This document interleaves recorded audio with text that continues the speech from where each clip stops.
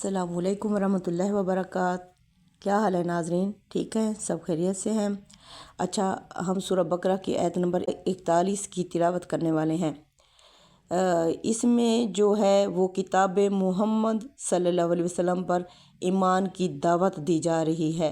यानी अल्लाह ताला बराह रास्त दलील के साथ बनी इसराइल की कौम को मोहम्मद अरबी सल्लल्लाहु अलैहि वसल्लम की किताब कुरान हकीम पर दावत दे रहे हैं। इस आयत में पिछली आयत में अल्लाह ताला ने फरमाया, मेरी नेमतों को याद करो, मेरा अहद पूरा करो। अब अगली आयत में अल्लाह ये वाज़े कर देते हैं कि वो अहद अमली तौर पर था क्या।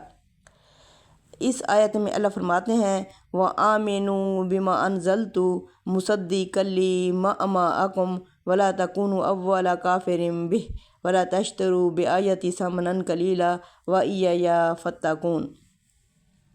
और ईमान लो इस किताब पर जो मैंने नाजिल की, जो तुम्हारे पास मौजूद किताब की तस्दीक कर रही है, और सबसे पहले तुम ही इसके मुनकर मत बन जाओ, और मेरी आयत को थोड़ी सी दुनिया के बदले थोड़ी सी कीमत यानी दुनिया के बदले ना बेचो, और मुझी से डरते रहो।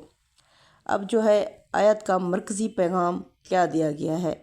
ये आयत दावत ईमान भी है और तंबीह भी यानी ख़बरदार कर देना, आगाह कर देना भी है। अल्लाह यहाँ 3 बातें वाज़ेह फरमा रहे हैं। नंबर 1, ईमान लो इस पर जो मैंने नाजिल किया।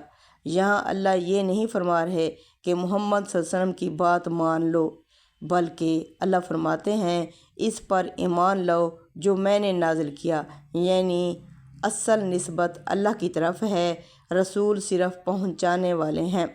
ये किताब नाजिल हुई है हज़रत मोहम्मद सल्लल्लाहु अलैहि वसल्लम पर, लेकिन कलाम अल्लाह का है।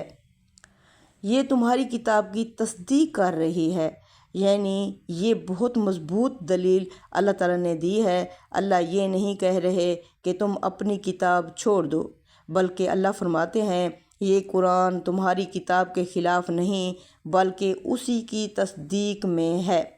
यानी नबूवत का तसलसल, वादों की तकमील, पेशीन गोइयों का ज़हूर।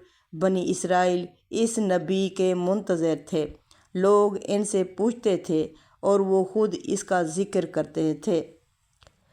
सबसे पहले तुम ही इसके मुनकर मत बन जाओ। ये जुमला बहुत मैनी खेज़ है।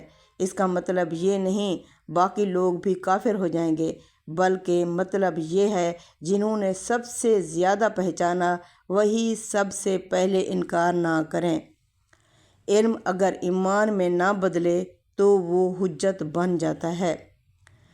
मेरी आयत को दुनिया के बदले ना बेचो। यहाँ असल बीमारी बता दी गई है।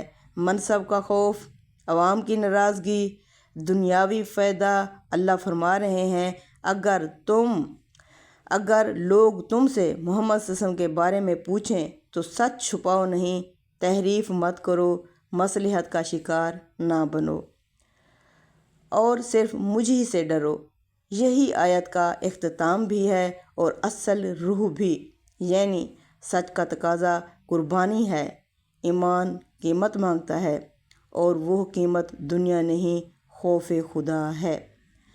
अब इसका जो पावरफुल एंडिंग लाइन निकलती है, यानी इसका ख़ुलासा वो ये है।